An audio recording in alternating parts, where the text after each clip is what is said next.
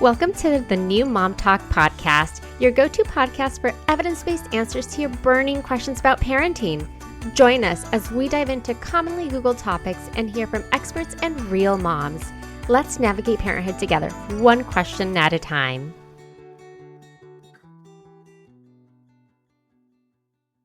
Hi, everyone. I am excited for today's episode. We're going to talk about baby and toddler sleep foundations with Meghan Kemna. I think that this is an ongoing topic. It really doesn't matter how old your kids are. We're always talking about their sleep and how they're sleeping and what can we do to either get them to go to bed on time or, in my case, get my son to sleep in. Yes. So we have Meghan Kemna. If you can go ahead and start us off with telling us a little bit about yourself and what you do, and then we'll just go ahead and dive in. I love it. Yes, my name is Meghan Kemna. I am a pediatric sleep consultant with Sleepwise Consulting. I specialize in helping kids basically sleep through the night, anywhere between infancy, like prenatally, all the way till age 5. My story with Sleepwise started when I used them with my own daughter. I have a 4-year-old at home, and we used Sleepwise when that 4-month sleep regression hit our house really hard, and I didn't know what to do. And so that's kind of how my journey has led me here. It's funny that you say the 4-month sleep regression because I do feel like that one is the hardest. And I don't know if it's just like a first-time parent thing that you're like, whoa, I was not expecting this. So it's so memorable. Yes, it is. And that's like where I get most of my calls is at 4, 5, and 6 months, right? And I think it's hard because at 4 months, most people are probably going back to work, right? And like sleep was like going okay. And then of course, when mom or dad goes back to work, everything hits the fan and then you don't know what to do anymore. So exactly. Well, let's start off with talking a little bit about what does a healthy sleep foundation look like for both babies and toddlers. I know it's probably going to vary. And how does that seem to change across the first few years? Totally. I think the 3 biggest things when I think of a sleep foundation is like, that's what I'm here to do, right? I never want a parent to come back to me 6 months after working together and be like, okay, Meghan, now we need you again, right? The whole goal is to like lay this foundation. So as time goes on, like, yes, we want a perfect sleeper, but like things happen, developmental changes happen, right? Where we need to adjust and do all of these sorts of things. So like my whole goal is to get a really solid sleeper when we work together, but then ultimately for parents to know like how to adjust, change, and adapt when things come up, because they do come up all the time, right? So I think the 3 biggest things are consistency, having age-appropriate expectations. I get a lot of calls that are like, why aren't they taking these long naps? And it's like, well, it's actually not super developmentally appropriate at the age of your child, right? So age-appropriate expectations and also like really looking at the child independently. I think we can all go online and find like a 5-month PDF of like what I should be doing. Like what is a typical 5-month-old doing? But if that's not working for your child, we need to figure out how to adjust that. I just got off a call with a mom who has a 5-month-old whose son does not follow the typical wake windows of a 5-month-old. But when you don't know how to adjust, it's like, where do you go from there? So that's where like the really personalized support comes in because we're looking at the child holistically of like, what does your 5-month-old need? Not necessarily what every 5-month-old needs. I love that because I think as a first-time parent, it's so easy to compare and say, well, why isn't my kid doing this? And to want to take advice from just your mom friend. And the reality is that you can't do that because, as we know, especially if you are a parent of multiples, every child is different. Exactly. Well, and I think you bring up a good point, right? Where I think sometimes we get our first child and they're a fantastic sleeper. And you're like, I am super mom. This is amazing. Everything's going really well. And then you get your second and you're like, oh my gosh, I guess I didn't really know what to do because they just did it on their own, right? And so I think, yes, every child is different. But then having those like foundational skills as even a mom the second time around is really beneficial to know how to support them through those challenges. Yeah. Well, that is going to take me into my next question of talking about the sleep expectations by age. So if we can kind of go from I'm going to have you guide us through this. No, I love it. Yeah. So I would say newborn. I think the biggest expectation is to know that it's so sporadic and it fluctuates like week to week, right? I'll say with newborns, especially, we work with newborns. I just had a client start with me even before she was pregnant because she had a horrific first sleeper and she's like, I'm not doing this again. Right. So not a lot of people will work with infants, but our infant program really lays the foundation. I'm on a call every single week working towards something, right? Like how do we get them by that 12-week mark that they're like really successful? It looks different for everyone. Some kids are sleeping through the night by 12 weeks. Some maybe are still waking up one time for a feed, depending on what their needs are. Knowing for infants, so sporadic, and that's okay. I think the next age chunk would be like 4, 5, and 6 months when the 4-month sleep regression hits. And like what seemed to work at 2 months is like no longer working anymore. I get a lot of parents that are like, they were a great sleeper and now they're not.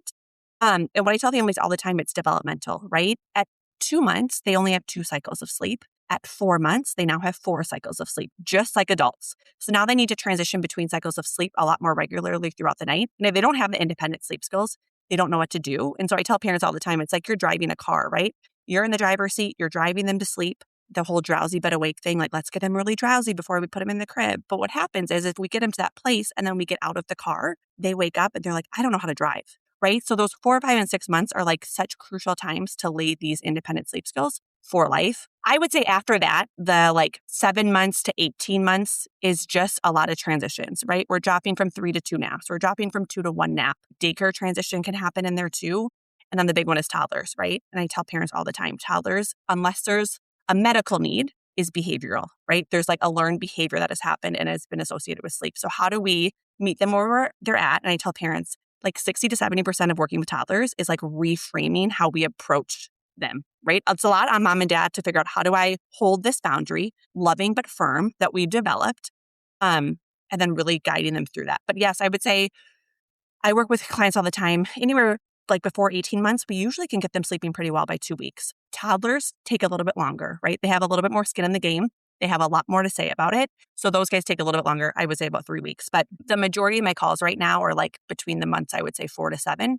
And then the infants, when I have a mom that comes back to me and is like, I don't want to do what I did the first time, or what we did the first time really worked. I want to set us up from the very beginning. I love that. I mean, it totally makes sense. Again, right? That 4-month regression when you're like, whoa, this baby does not believe in sleep. Exactly. Well, let's talk about maybe some elements that can make sleep routines consistent and effective. Like, what are some things that are a big deal? Timing, environment, cues, anything that you would say Yeah. to a client. No, absolutely. Here's what I say about elements. First is having a routine is like vitally important. And I get a lot of parents that are like, but I don't want to be that parent that has a routine and like feels really structured. And I tell families all the time, let's be structured now and have a routine now to like provide flexibility in the future.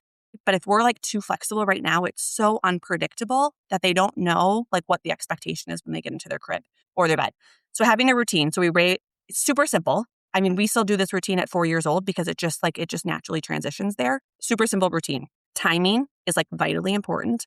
I tell parents all the time, especially with like multiple kids or like maybe a more chaotic, hectic schedule, like if we can just protect that last wake window, like let's figure out when that last nap ended before we put them down for bed. That is like the most vital wake window, in my opinion, of the day, right? To have you guys have a successful bedtime routine. Environment, pitch black. It's the number one thing I ask families when they say, oh my gosh, my child is up at 4:30 in the morning. Or they're taking forever to fall asleep at night. It's like, how dark is this room? Especially in the summer months, right? Where like any crack of light at 5:30 in the morning is going to trigger to their brain, oh, it's morning time. It's time to get up. So darkness is huge. And then I am such an advocate of a sound machine. As adults, we still use sound machines. So just setting up that environment, because what can happen is you can transfer that environment to wherever you go. Travel, vacation, cabin, all those things. If we can still emulate that environment, then they just know what to do once they're in there. I love that you mentioned routine because really routine is so important just in everyday life, right? Yes. Like it's the way that kids can be most successful. Like you mentioned, the predictability, they know what to expect, they know what to do, and they're not going to fight you on it. Exactly. Likely. Well, and I think the thing with the routine, I think is really important too. It's like ultimately my goal for parents, it's like for you to go on a date night and to come back home knowing your child is asleep and is going to stay asleep, right? And how we do that is setting up the routine so your child knows a long stretch of sleep is coming. Also, for your baby, babysitter, nanny, grandma, grandpa, anyone to come and do that routine with your child, because ultimately at the end of the day, your child's putting themselves to sleep. No one else has to do that, right? I get so many moms who are like, I can only put my baby to sleep. I'm like, I hear you because that was me 4 years ago. But ultimately, like we want them to put themselves to sleep. We can model the routine and we can be in charge of like how we structure that. But ultimately, then anyone can come and do the routine and then your child will put themselves to sleep. Yeah. And the timing, that's another thing. Like I use an alarm anytime because things get busy. You know, we Totally. have a 4-year-old and we have a now 1-year-old and we're eating dinner and playing after dinner and doing all the things. So the best way for us to be consistent so that my son knows, hey, it's time to get ready for Yes. bed. We have an alarm at 7:45. It literally is magic because there's no fighting or trying to negotiate for an extra minute. 1,000%. We started doing that about a year ago with my daughter too. And so she'll press the button on the alarm. So like she feels like she has control. And then the alarm goes off and we still sometimes have tears, but we just make it a dance party to the song, right? And so again, it's like setting that expectation of like, And for toddlers, it's holding that boundary. Once that timer goes off, we're now moving on to the next thing. And I know you want one more. I hear you.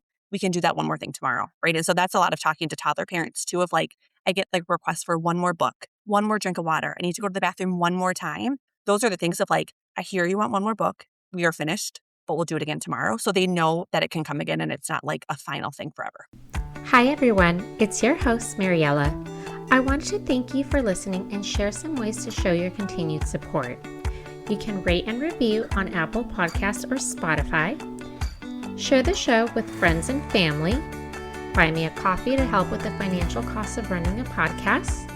Follow me on Instagram at newmomtalk.podcast. And finally, subscribe to my newsletter. Thank you for listening. Yeah, those are great tips. I would love to get your input on infant and toddler sleep, how that directly impacts their developmental milestones and the parental well-being, and what signs show progress as they grow. Yeah, absolutely. Here's what I think is really interesting. Sleep just became one of like the foundational like food, water, shelter not that long ago, which it's like the pillar for success for life, right? If you're not sleeping, regardless, everything just feels it goes awry, right? And so for kids, it affects everything: brain development, memory, emotional regulation, physical development, learning. I think a big one too is like fighting illness. Like sleep is your best medicine. And so if you're sick and you don't know, and you're not sleeping, it's just like, it's hard. I tell the story all the time. We had neurovirus in our house a couple of years ago. I don't wish it upon anyone, but I remember looking at the monitor to my husband and I was like, I think she just got sick. By the time I got into her room, she had like found a new corner of her crib to try to put herself back to sleep.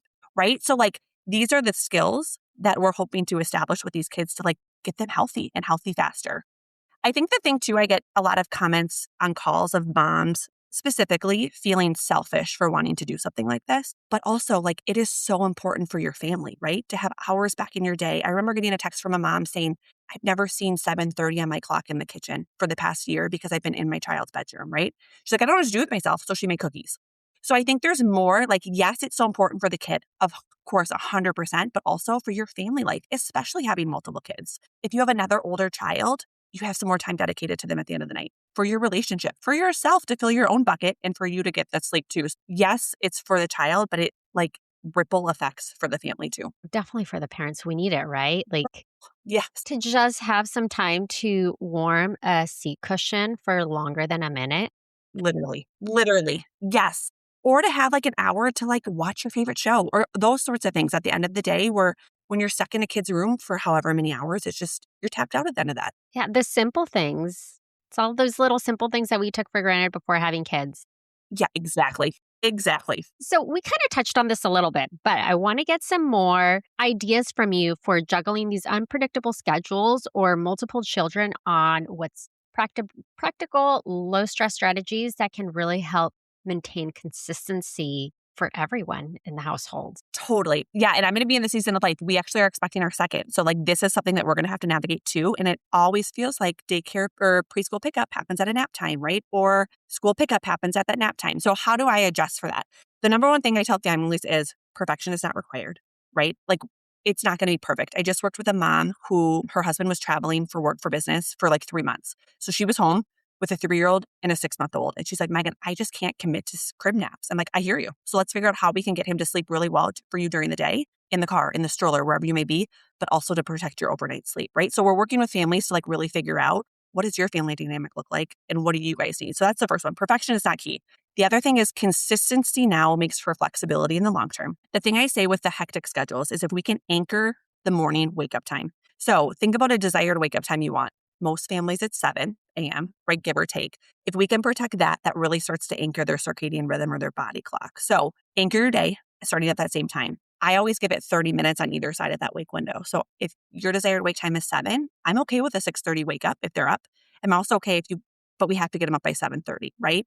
But then I get families that are like, well, can they sleep till 8:30 on the weekends? You can try it. For most kids, it doesn't work though, right? We really have to set that time to really set their body clock so the naps stay pretty consistent and then the bedtime stays consistent.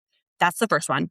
The other one is, especially for littles, prioritizing at least one crib nap a day. I don't need all of them in a crib. If we can just get one solid nap, typically the first one's the easiest and the longest, prioritizing one of those. And then always just fall back on your routines. If you're out and about, I have a lot of families who are like, we're at our in-laws for dinner. How do I do this? Well, just always make sure don't skip the bedtime routine, right? I have a lot of families who want to try to rush through it really, really quickly at the end of the day. And I get it. I've been there. You're exhausted.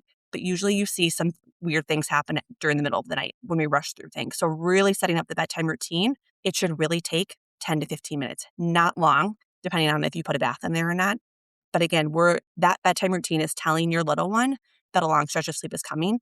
And it just really helps anchor that. I love that you mentioned that because we've always been very much like, nope, our schedule is going to be catered around the bedtime routine because of that consistency. And that's how we know that our son is going to get a good solid sleep. Yeah. Because we learned that it doesn't matter if he goes to sleep when he was younger, if he went to sleep at 7 or he went to sleep at 9, he was going to wake up at the exact same time. It doesn't matter, right? Exactly. Yeah. So for everyone's sanity, they're like, no, this is just a season. We'll be back to being flexible later on in life. Like, this is what they need right now. Exactly. And it really should take less than 30 minutes, right? I mean, we're not asking for this big, long, extended thing, but it really does set the child up for success long-term overnight. And then I would say— you could do dinner early. Yeah, exactly, right? Multiple kids. This one comes up a lot, especially with second-time moms, right? I would say if you can stagger the routine, depending on their age of their kids in that last week window. The other thing I tell families all the time too is do a lot of the routine together, right? Maybe you take a tub together, put your jammies on together. Maybe one of them brushes their teeth. You do a couple stories together. You put the little one to bed, and then you maybe have a little bit more dedicated time to your big kid, right? Maybe then you do brush your teeth, you go potty, and then you read a couple more books and put them into bed. But sometimes doing like a good bulk of that routine together can make it a lot easier. And then you just have a little bit more time at the end with your older. The other thing I think is big is like encouraging independent play, right? I get a lot of families who are like, well, what do I do when I'm in the room? Hopefully by the end of this, you're like in and out of that room really quickly, putting your little one to bed. But if we can encourage independent play throughout the day to build on that skill, so then at night you can, like for 15 or 20 minutes, they're probably okay doing some sort of play outside the bedroom. Those are my two things with the multiples. Yeah. And I will say that definitely we'll do bath time together if we can, if it works with her bedtime. My son enjoys it. My kids are 3 years apart. He enjoys it. And now we make it more exciting by letting him pick out her PJs. He really likes to match with her. So I literally had to order a bunch of matching pajamas for them. Oh, I love it. See? And again, with toddlers, right? It's choices. I tell families all the time, toddlers thrive on choices, right? So like these choices that we're giving them builds their autonomy. So then they're not necessarily seeking that out at nighttime. Like if we can set them up for the day by giving them, do you want strawberries or blueberries? Do you want these jammies or these jammies? Do you want this toothbrush or this toothbrush? Then at nighttime, they're not seeking those extra choices typically. Yeah. And that's the key. Just giving two options, not open-ended. Which ones do you want to wear? No. Do you want the moons or the rainbows? Exactly. It's too overwhelming, right? And they can't make a choice. And so give them two. And then that's where I start. Yay. Well, that's awesome. Finally, I'm going to end it with any tips, suggestions, or recommendations that you have for anyone listening, needing support, or even wanting to reach out to you. I do want to mention that I'm going to have all of your information linked in the show notes. If anybody wants to contact you, they can do so through there. Cool. Yeah, I think the biggest thing I would just say is like reach out, right? I think some parents are nervous just to make that first step. And I will say this. I will never sell you to do this because it doesn't work if I have to sell you, right? You have to be committed to want to do this, but let's get on a call.